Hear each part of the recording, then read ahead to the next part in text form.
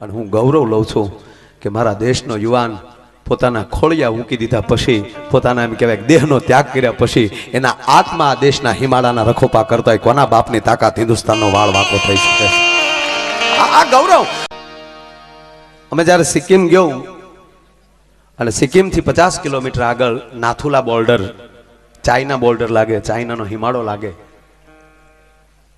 એની જ્યારે મુલાકાત લીધી, મારી સાથે બોરીવલી કાંદીવલીના એસપી દત્તા સાહેબ સાથે હતા. અમે એના બ્રિગેડિયરને મળ્યા અને એને મળ્યા પછી એક વ્યક્તિ એમ કહેવાય કે એક સમાધિ ઉપર અમને જ્યારે એ બ્રિગેડિયર લઈ ગયા સાહેબ, મારા ભારત વર્ષના એક યુવાનની સમાધિ હતી, ફોજીની સમાધિ હતી. સાંભળજો, મારી નરી આંખે હું રામભાઈ 1.5 મહિના પહેલા જોઈને આવ્યો છું. 1968 ની અંદર એ શહીદ થયો છે. અને સાહેબ, અંધશ્રદ્ધા તો ગમે ઊભી કરી શકે, પણ આ દેશની સરકારને સ્વીકારવું પડે એ શ્રદ્ધા કેવડી હશે? 1968 જે યુવાન શહીદ થયો હોય, આજની તારીખમાં એનો ફૂલ પગાર હાલતો હશે. વિચાર કરજો એની કેવી ડ્યુટી હશે આજની તારીખમાં. એમ કહેવાય સરહદ ઉપર આજની તારીખમાં રોજ એની ઓફિસ સાફ કરવામાં આવે છે, એની ઓફિસ એમ કહેવાય એની ખુરશી ઉપર રૂમાલ મૂકવામાં આવે છે. અને કોઈ પણ ઓફિસર, બ્રિગેડિયર હોય કે કમાન્ડો જ હોય, કોઈ આઈપીએસ ઓફિસર એમ કહેવાય એટલું ભણેલો હોય અને આવું ન સ્વીકારતો હોય, તો આજની તારીખમાં એની ઓફિસમાં વગર સલામી મારે જો અંદર જાય તો ઠપાટનો ઘા આજની તારીખમાં આવે છે સાહેબ. આજની તારીખ હું જોઈને આવ્યો છું સાહેબ.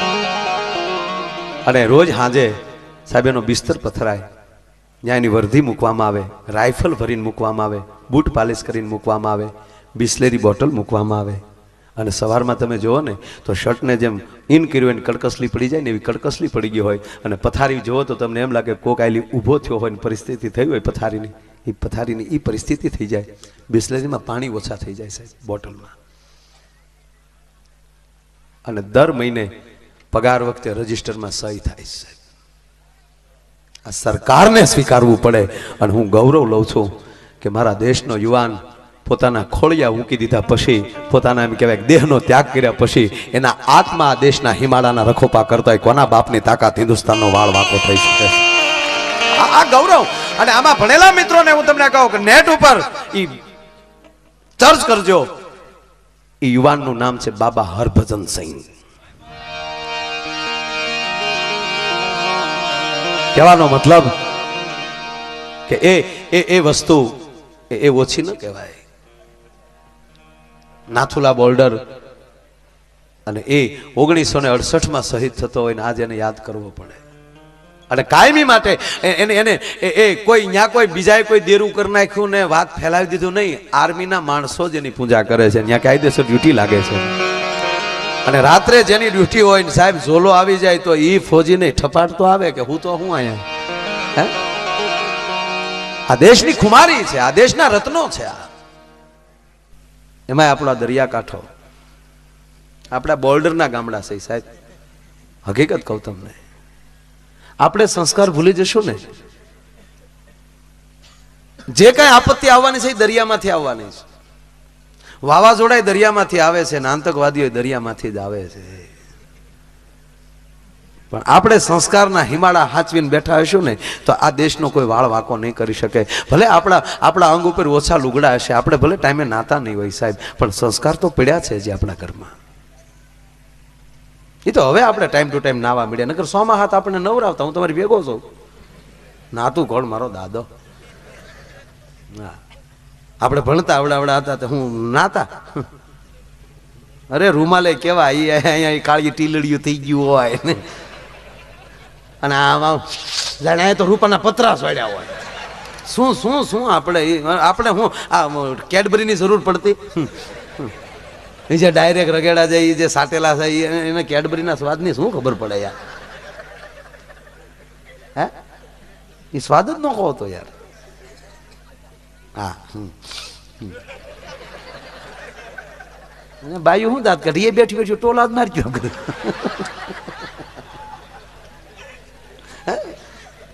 ટોલા વયા ગયા, હાવ ટોલા હાવ ગયા. માકડ મરી ગયા, લોઢાના ખાટલા આવ્યા એટલે માકડનું ખાનદાન વહી ગયું હાવ. હે, પણ એક કહું તમને, થોડુંક ઊંડાણમાં સમજવાની કોશિશ કરજો. ટોલા વયા ગયા ને ભાઈ, એમાં માનો ખોળો વયો ગયો. એ બાને એટલી ઘડી માં ખોળામાં મૂકતી હતી, માથામાં હાથ નાખતી હતી. શું ઘટનાઓ હતી યાર. હિતળા હે તેમને દી હિતળા માની સામે બાયું નાચ્યું ને એ ટોલા આખી આખી પદ્ધતિ યાર. તાજી તાજી લાઈટો આવેલી ગામડામાં 30-35 વર્ષ પહેલા. તો એક જણો આમ હોલ્ડર સારું કરતો હતો, ટેબલ મૂકીને ટેબલ ઉપર સડીને એની પત્નીએ કીધું કે રહેવા ગયો, તમને ન આવડે, શોર્ટ લાગી જાય. અત્યારે તો શોર્ટ થી એટલા બીતા. અત્યારે તો આપણે એવા થઈ ગયા, શોર્ટ આપણે એડ્યા હોય તો એને શોર્ટ લાગે, લાઈટ ઝટકો ખાઈ જાય. એટલે તો કરંટ આપણે દીવની કૃપાથી હોય.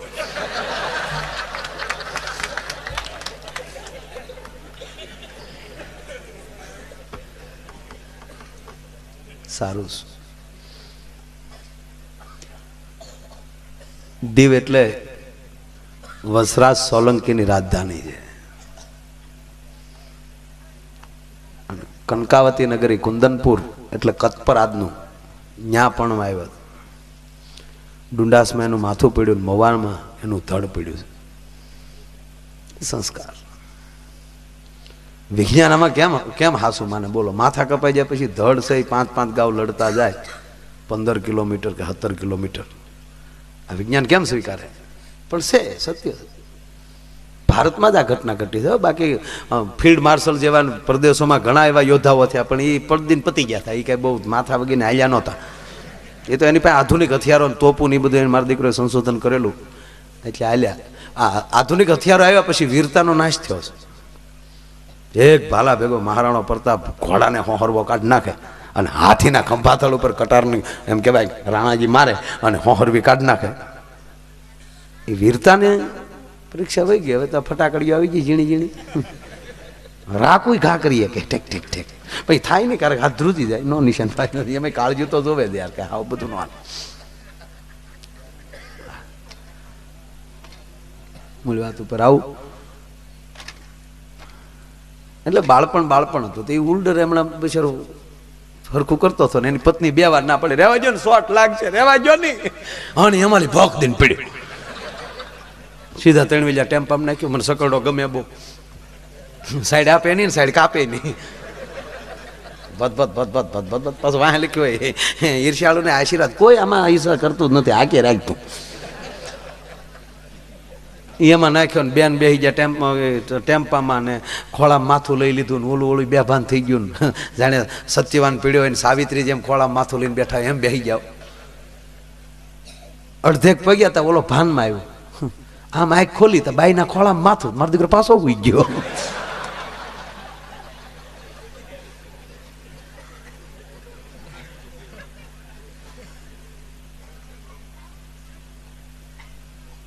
થોડીક વાર થઈ એટલે ઓલે પૂછ્યું મને ક્યાં લઈ જાઓ? એ કે તમને શોર્ટ લાગ્યો, દવાખાને લઈ જાય ઉના.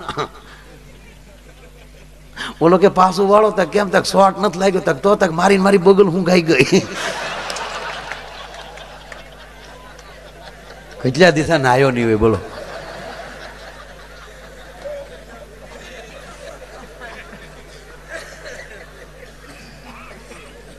માણસ કોકને દેતો થયો છે. માણસ અત્યારે પૂજા પાઠ કરતો થયો છે. અત્યારે સુખ આપણે આવ્યું છે એનું કારણ મૂળ એ છે. અને હું કાયમ એક વાત કરું છું કે જે કોકને દેશે અને ભગવાન દેશે, અને કોકનું લઈ લેશે અને ભગવાન લઈ લેશે. જેની પહેલી જે વસ્તુ મળે એનો માણસ સદુપયોગ કરી, અને જેની પહેલી જે વસ્તુ મળી છે એ માણસને ભૂલે નહીં. રાજકીય માણસો જેની પહેલી મત મળ્યા હોય એ માણસો નહીં ભૂલે નહીં.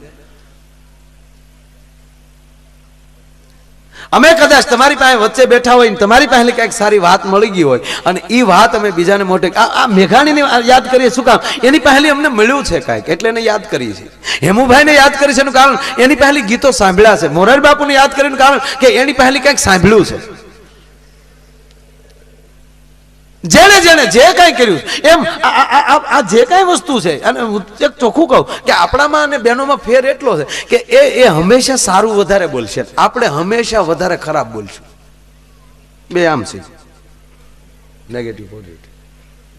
જોજો તમે આપણે કોકના લગ્નમાં ગયા હશો તો ભૂલ્યું કાઢશો આ બેઠી બેઠી કાંઈ નહીં કરે ને તો વરરાજાને ગીત ગાય નગર વરરાજાને ભલે ને બે આંખમાં ફૂલા હોય તો એ કહે છે વીર મારો જગમગ જગમગ તો આમાંનો બાપો થાય આ ન થાય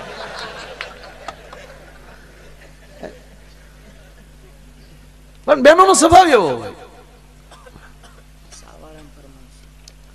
ચા વાળાની ફરમાય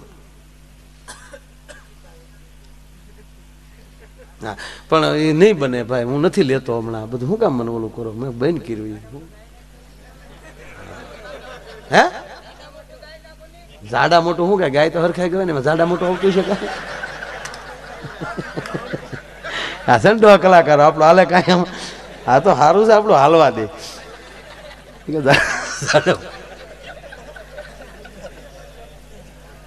પણ મારો કહેવાનો મતલબ કે એ જે વાત મારે પોતે એક ફરમાઈશ મારી પોતાની છે તમારે સાંભળવી જ પડશે યાર અંદરથી ઉપડેનું હું કરવું યાર એટલે વાત એ છે સાહેબ કે એ બધા હું જે મૂળ સબ્જેક્ટ ઉપર જતો હતો કે આ જે કંઈ ગીતો છે ભજનો છે એ એક સંસ્કારની ગાથાઓ છે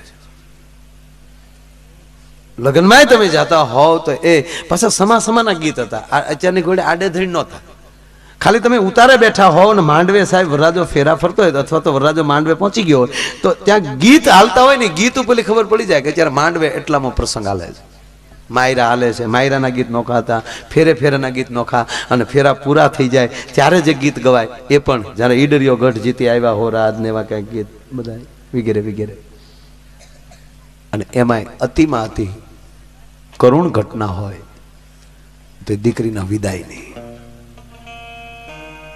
હજી આપણા ગામડામાં છે સાહેબ શહેરમાં બહુ નથી આવું હે એ અડધો રોટલો ખાતા હોય ગરીબાઈ હોય પણ મારા બાપ જ્યારે દીકરીને બાપ વળાવતો હોય ત્યારે તો જનક રાજા જેવો લાગતો હોય સાહેબ આવું બહુ શહેરમાં નથી રહ્યો ત્યારે તો બાપ રોતો હોય તો દીકરી એમ કે પપ્પા રડોમાં ને યાર મને રડાઈ જશે તો મેકઅપ વયો જશે અરે તારા મેકઅપ ને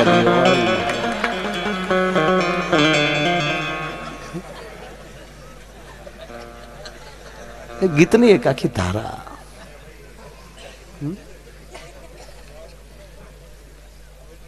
બેનો છે એટલે 2 મિનિટ વધારે લઈ લઉં સૂરજ ઉગ્યો રે સરોવરિયાની પાળ કે વાણલા ભલે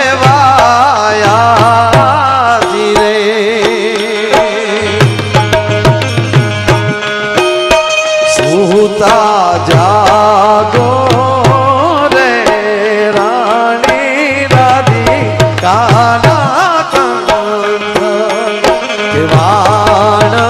વાણલા ભલે વાયા દિલે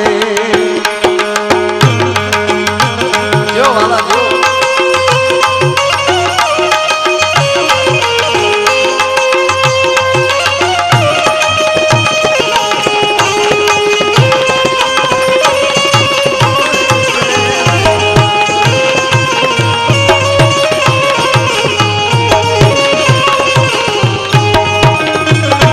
રાતના દોરમાં ગીત ગવાય સાહેબ જાન ગાડામાં જાતી હું રાતના તોરણ હોય જાનને રસ્તે મોડું થાય દી આથમી જાય જાન પોગી ન હોય સામે કન્યા પક્ષ વાળા ચિંતા કરતા હોય બાબા હાથ પડી ગઈ કેમ જાન નહીં આવી હોય 2 જણાને કોકને હામાં મોકલો એ જાન નથી આવી ઝીણી ઝીણી વાત થાતી માંડવે પોગે ત્યારે માંડવે બેઠેલી આપણી માવું છે ગીત ગાતી હતી રામભાઈ અને ગીતની અંદર ચિંતા વ્યક્ત કરતી હતી કયું ગીત હતું સૂરજ ઉગ્યો રે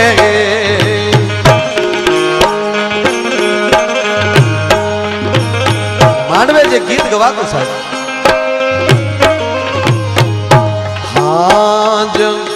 એ પડીને જાલર વાગી મારી લાડક ના વર વેલા તમે આવજો.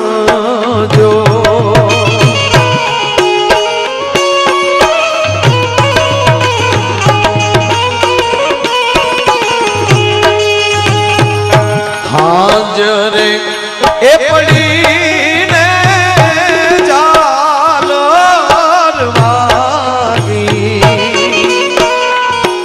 મારી બેની બાના પર મેલાયજો. મારી લાડકડીના પર મેલાયજો. મારી બેની બાના પર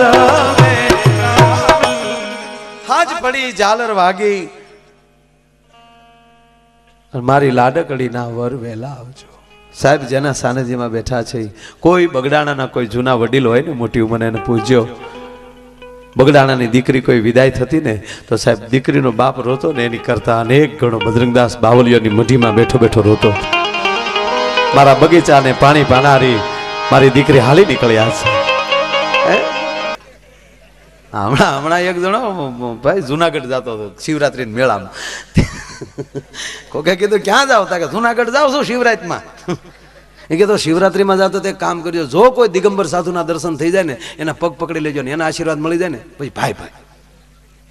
એ કે દિગંબર સાધુ કેવા હોય? તા કે નાનું એવું પોચક્યું ખાલી પહેર્યું હોય, એને કાંઈ સમાધારે કાંઈ લેના દેના ન હોય. નાનું એવું પોચક્યું ખાલી એક ખાલી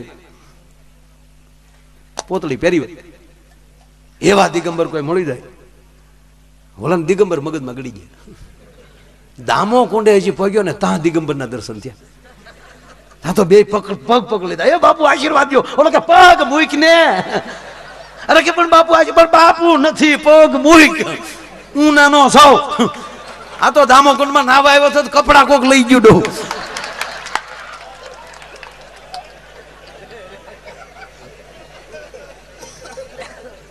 આમાં આવું થઈ જાય યાર, નકોસા માંગલે આવી જાય. એમાં રમભાઈ બાપુ બેઠેલા ને એક જણે સીધા પગે લાગ્યો, કહો બાપુ થોડા આશીર્વાદ દે દો, એક મંત્ર દે દો, એસા હમારા કલ્યાણ હો જાય. કેસા મંત્ર બોલ? એ કે તમે એવો મંત્ર આપો કે એ મંત્ર મારી ઘરે બોલું, મારા ઘરના સાંભળી જાય, મારી વાઈફ એટલે સુધરે મારી લાઈફ. અને પછી ઈ મંત્ર સાંભળ્યા પછી મારી પત્ની જેમ હું કહું એમ કરાય. તા તો બાપુ ઊભા થઈ ગયા, સલમનો ઘા કરી દીધો. जटाई भगवान जी ऐसा मंत्र हो सकता है? ऐसा मंत्र होता है तो हम यहाँ होते हैं. ओहो एम थी हूँ थाई क्यों तो पण हूँ बात ही करूँ છું સાહેબ. એ દરેક વસ્તુમાં સંસ્કાર બોલે છે. બહેનોની હાજરી છે એટલે એકાદી વાત એમની લઈ, નહીં ત્યારે એમ થાય કે રોયા અમારે ક્યાંય વાતું લાવ્યા.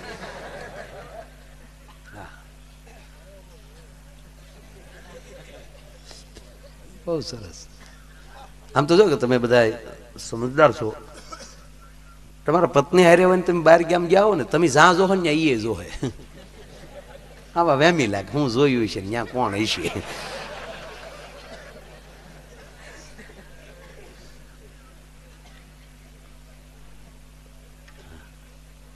એક પતિ પત્ની બે અગાશી ઉપર ઉભેલા, એમાં પુરુષે નીચે જોયું તો ગધેડો જોયો એટલે દાંત આવ્યા. દાંત કાઢ્યા એટલે એની પત્નીને છું કે હું એ જોયું છે, એટલે સીધી ગગલાવા જ મળે. હું છે ન્યા? હું જોશ ન્યા? કોને આમાં દાંત કાઢ્યા? બોલ કે કોઈ નહીં, તારા હગા છે. તા તો બેન ને એમ છું કે હમણાં મારો ભાઈ બીજ નદી મારો ભાઈ નહોતો આવ્યો તો આવ્યો હોય છે. બિચારી હરખમાં જઈને નીચે જોયું તા તો ગધેડો. હન બાઈનો મગજ ગયો, આને મારો હગો કર્યો. હાથ પેઢીનું ન ઉજાડ્યું તો હું એની ઈ નહીં. બેન લાશ કાઢી ગયા. એટલે પતિએ પૂછ્યું લાશ કેમ કાઢી? તક મારા હારા છે. હગામાં મારા હારા થયા.